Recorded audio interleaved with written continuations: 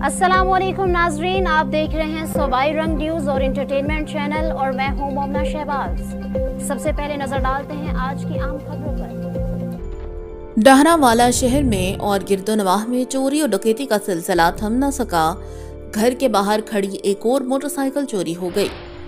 डहरावाला शहर में चंद रोज पहले 125 मोटरसाइकिल, नकदी, मोबाइल फोन डकैती में छिन जाने के बाद घर के बाहर खड़ी 70 मोटरसाइकिल चोरी हो गई।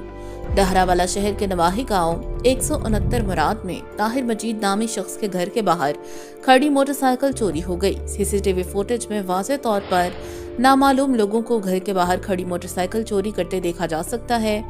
सीसीटीवी कैमरों में वाज़ेह फुटेज होने के बाद भी नामालूम मुल्ज़िमान का सुराग न लगाया जा सका।